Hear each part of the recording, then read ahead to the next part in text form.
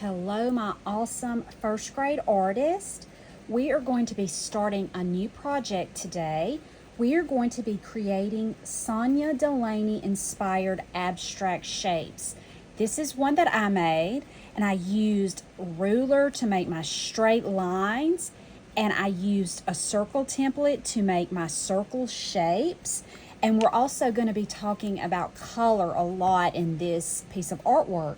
So the artist that we are looking at for this art is named Sonia Delaunay, and she was an artist who was born in Ukraine. I'm going to show you a map. This is a map of our whole world, and we live here in the United States of America.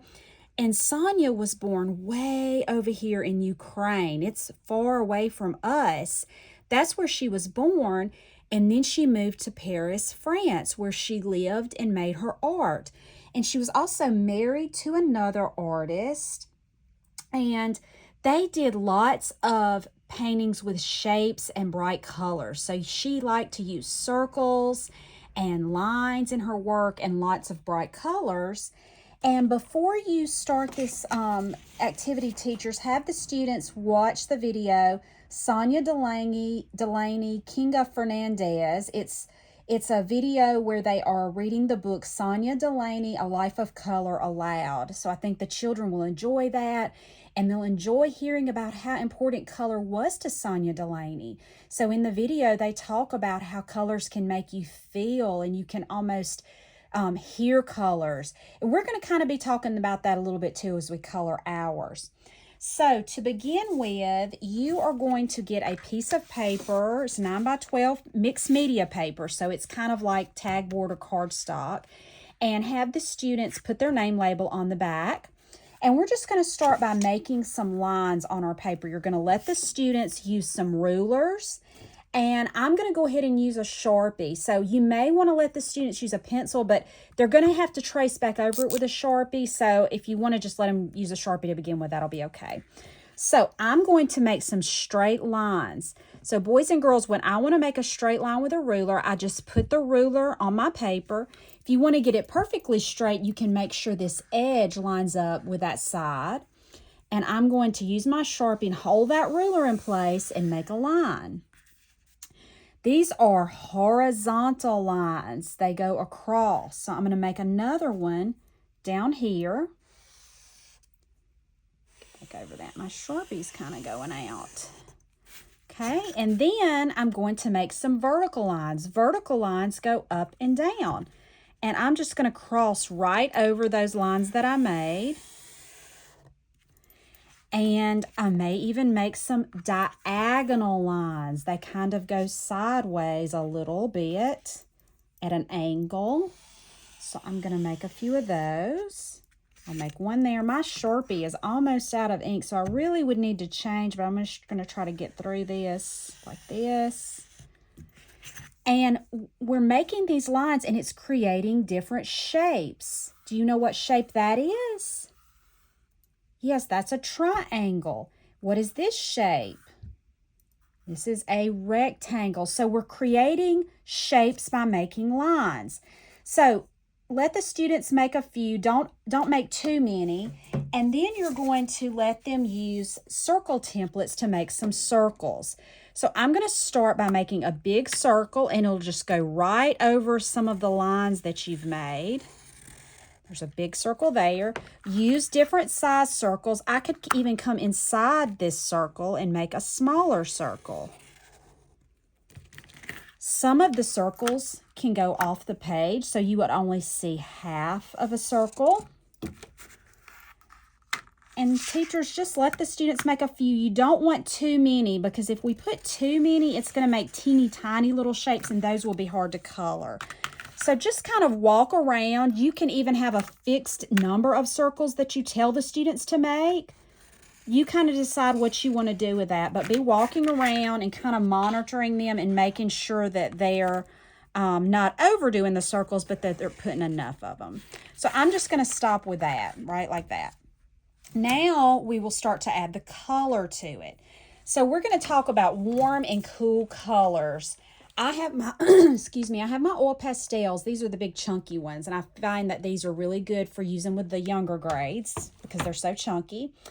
And in every single shape, you see where there's a shape wherever the lines meet, we are going to color it different colors. And we're either going to use warm or cool colors. So warm colors make us feel warm. They make us think of things that are warm, like fire and the sun. So some of our warm colors would be our oranges. These are two different shades of orange. They could be our yellows. That makes us feel warm, doesn't it? We think of the sun. Also red. Red's a warm color. And pink. These all kind of give us a warm feeling inside. Then we have cool colors. Cool colors make us think of things that are cool, like water. So when you think of the ocean and the water, it's blue. And then we have shades of green. That's a cool color. And also purple. So every shape on here, you're going to let the students color either a warm or a cool color. So let's just start. I'm going to start with this shape. So when I color it, I like to start by outlining it. I'm just outlining this one shape that I'm doing. And then I'm going to color it in with my oil pastel. Oil pastels will get dirty when you are using bunches of colors. So if your oil pastel gets dirty and has another color on it, just use a paper towel and wipe it off.